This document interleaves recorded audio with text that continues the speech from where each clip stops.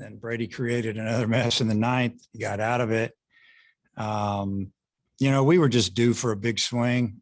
We've been battling it a little bit, driving in some people, and the two at bats before the home run were really good. I mean, Jay Sporfin gets down in the count 1-2, and then stays inside a pitch and hits it extremely hard, kind of right, pretty close to the shortstop, and he got by him. It was a really hard play, and ball was hit extremely hard.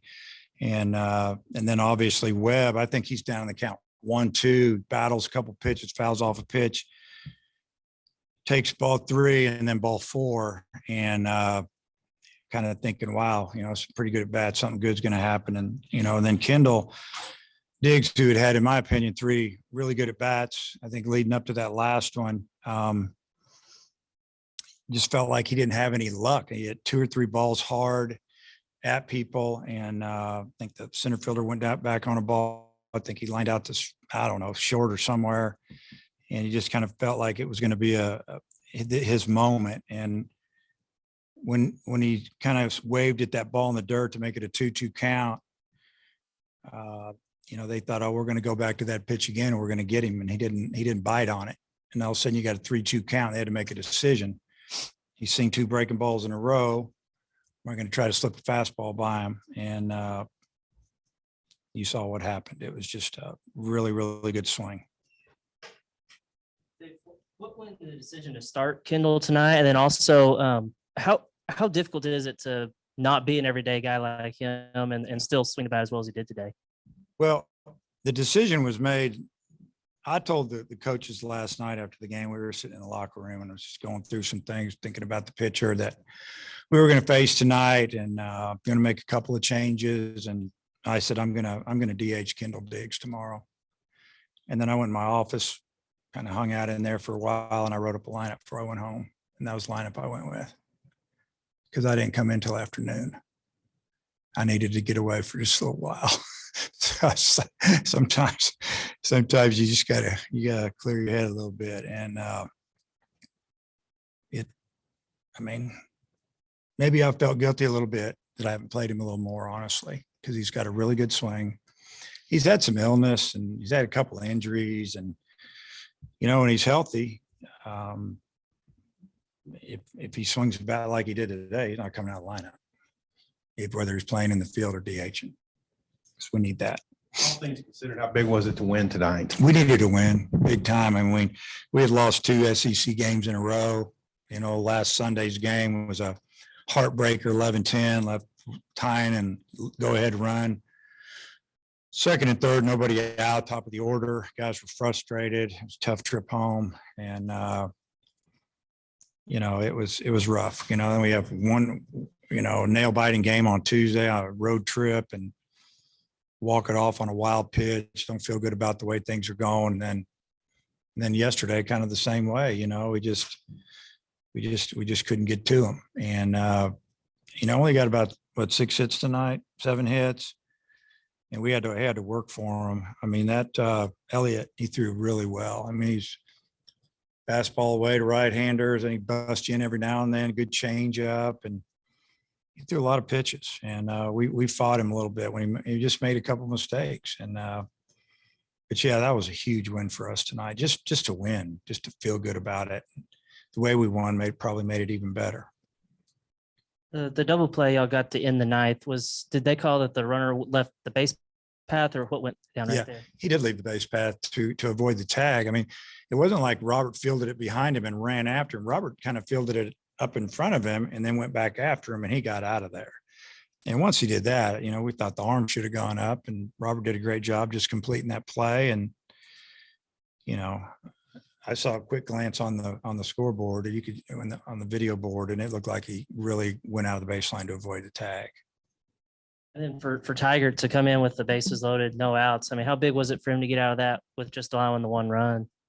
Pretty amazing. I mean, really, he gets their leadoff hitter to hit it into a double play, something like that. I don't remember all of it because it seemed like it happened the last 3 innings in a row. But I mean, that was huge. And he got the double play ball on a fastball, not a breaking ball. So that was good.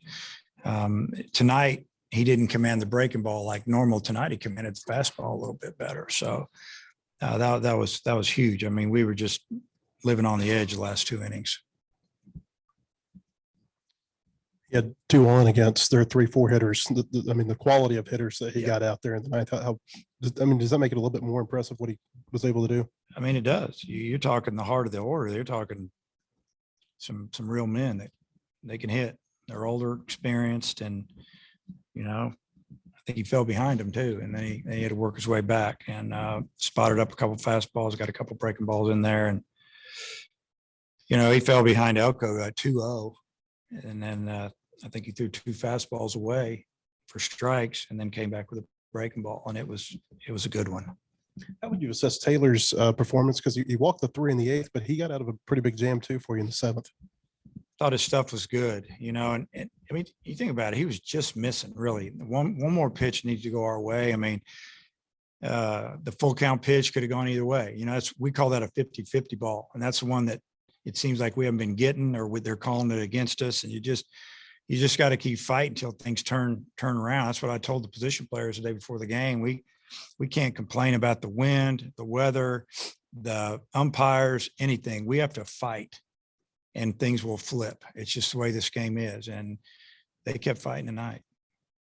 So Diggs, you started him against the lefty, so his splits against lefties are pretty good. Yeah, he was hitting 500 at maybe a little more against lefties going into tonight. Not a lot of at bats. You're talking 6 or 7 at bats, but maybe 3 hits, 3 for 7 or something. I don't know what he is. Yeah, I mean, he's got a good swing. He can hit right or left-handers. Kendall, when did you find out that you were going to be getting the start, and what were you thinking going into the game and everything? Yeah, so we got here about 3 p.m. for our hitters meeting, that kind of thing. The lineup wasn't posted yet, so after that we went down to see if we were when we were stretching all that, and I saw my name, and yeah, I mean, I got super stoked. I was ready to go. Obviously, it's a huge stage, and I was ready. It felt good. So Your first 3 at bats, I think Dave said you had great at bats. A couple of them you smoked the ball hard, but nothing to show for it. How frustrating was that, and what was your mindset going up in the ninth? oh yeah, you wish they could fall, but obviously always growing up in baseball, they tell you, I mean, if you're barren balls, they're not falling. That's just the game of baseball. You can't get upset about it. Just the next at bat, obviously, and that's what I was telling myself. Obviously, I was a little upset maybe for a couple minutes, but you got to move on. And obviously, it was a close game, and it was going to have another big at bat later. So, Kendall, step us through the home run at bat, because check swing, got to strike 2. Just kind of walk us through it. yeah. So first pitch, he went curveball, which I didn't see in my previous at bat. I don't think so, at least. But yeah, no, it was a pretty good pitch. I was definitely a strike. It was a ball after that. Another curveball, obviously the check swing. So obviously got 2 strikes. Stepped out, took a deep breath. Obviously, there's a lot going on. It's a big stage, but I'm just trying to tell myself positive things. Obviously, I'm telling yourself negative things or don't strike out, that kind of thing. It's never going to end well. So there's no reason not to tell yourself, I can do this. And I told myself I wasn't going to strike out there. I wasn't going to get out. I was going to do everything I could. Obviously, it was a possibility, but just do my best in that situation. So, And then what did you get? On that last pitch, it was a fastball inside. What's the key when you're not an everyday player to be able to come out when you do get the chance to swing the bat as well as you did today? Yeah, just stay locked in 24/7. Obviously, if you're not getting as many at bats, you got to work extra hard off the field, after practice, that kind of thing. I think this past month or so, that's kind of been like an awakening for me. Hitting with the team, just doing that's the bare minimum, and that's not going to get the job done. So I've been trying to do everything I can. They got that jersey off of you pretty fast. Does it need any repairs? I think it's good. They're just kind of like a bun down, but yeah, it did get off pretty fast. Any level, have you hit a walk-off home run like that? No, sir. Definitely not. So yeah, it was surreal. It was a dream, but So I mean, for it to happen in front of 11,000 people, well, I mean, just what are your thoughts on that? I mean, it's crazy. I can't even really fathom it. I'm just blessed to even have the opportunity to be in that situation. So